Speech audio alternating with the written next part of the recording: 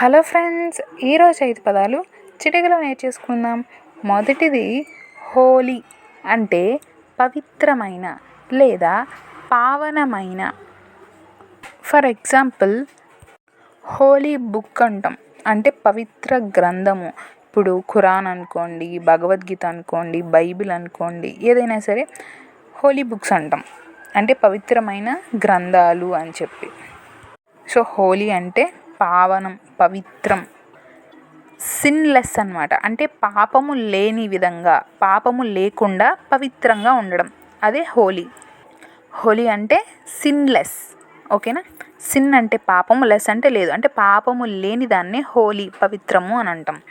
రెండవది హోమ్లెస్ అంటే ఇల్లు లేని, అంటే ఉండడానికి నివాసము. ఎవరికైతే ఇల్లు ఉండదో వాళ్ళని హోమ్లెస్ పర్సన్ లేదా ఇతను హోమ్లెస్ అంటాం. ఎందుకు అంటే ఇతనికి ఇల్లు లేదు అని చెప్తాం కదా. సో అప్పుడు హోమ్లెస్ అనే పదాన్ని వాడుతాం. మూడవది హాబీ అంటే అత్య అభిరుచి కల లేదా ఒక విషయం అన్నమాట.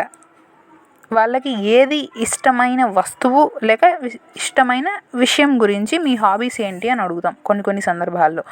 క్రికెట్ ఆడడము, బుక్స్ చదవడము, ఇంకా వంటలు చేయడం, ఇట్లాంటివన్నీ కొంతమందికి అభిరుచులుగా ఉంటాయి. ఇప్పుడు ఇంటర్వ్యూస్లో అడుగుతుంటారు మీ హాబీస్ ఏంటి అని, అవునా కాదా. సో అలాంటప్పుడు ఈ హాబీ అంటే అభిరుచి అన్న పదాన్ని వాడుతాం.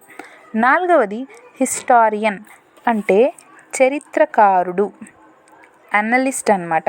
చారిత్రకుడు లేదా చరిత్ర లేఖకుడు అని కూడా అనొచ్చు, హిస్టోరియన్, ఓకేనా. అంటే జరిగిన చరిత్రని రాస్తారనమాట. సో వాళ్ళని చరిత్రకారులు అంటాం.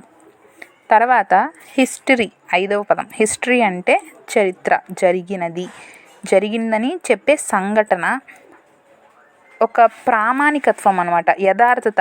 అంటే ఆల్రెడీ జరిగింది, ఆ జరిగిన దాన్ని చెప్పడానికి ఒక బుక్లోనో లేకపోతే వాళ్ళు రికార్డ్ చేసుకుంటారనమాట.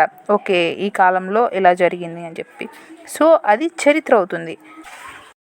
ఈ చరిత్ర వల్లే కదా మనం బంగారు నాణాలు ఎప్పుడున్నాయి, రాగి నాణాలు ఎప్పుడున్నాయి, ముద్రలు అవన్నీ ఎలా లభించాయి, ఎలా తయారు చేసుకునేవాళ్ళు, ఎవరి కాలంలో ప్రజలు సంతోషంగా ఉన్నారు, మౌర్యుల కాలమా, గుప్తుల కాలమా, శాతవాహనుల కాలమా అని చెప్పి, ఇంకా మొఘల్ సామ్రాజ్యం, ఇలా అన్ని పాతకాలంలో పరిపాలన, అడ్మినిస్ట్రేషన్ ఎలా జరిగేది, ప్రజలకు ఎలాంటి ఫెసిలిటీస్ ఉండేవి, రాజులు ఎంత శాతం పన్ను విధించేవాళ్ళు, ప్రజలు ఎలా కట్టేవాళ్ళు, వాళ్ళ ఇబ్బందులు, ఇవన్నీ కూడా సరే ఇప్పుడు ప్రజెంట్ సిచ్యువేషన్కి పాత రోజులకి చాలా డిఫరెన్స్ ఉండేది. సో ఆ డిఫరెన్స్ ఉండేది అని మనకెలా తెలిసింది, బుక్స్లో ఎవరో ఒకరు రాస్తే మనం చదివితేనే కదా. సో అలా పాతకాలంలో జరిగిన వాటిని రాసి పెట్టారు ఎవరు, చరిత్రకారులు.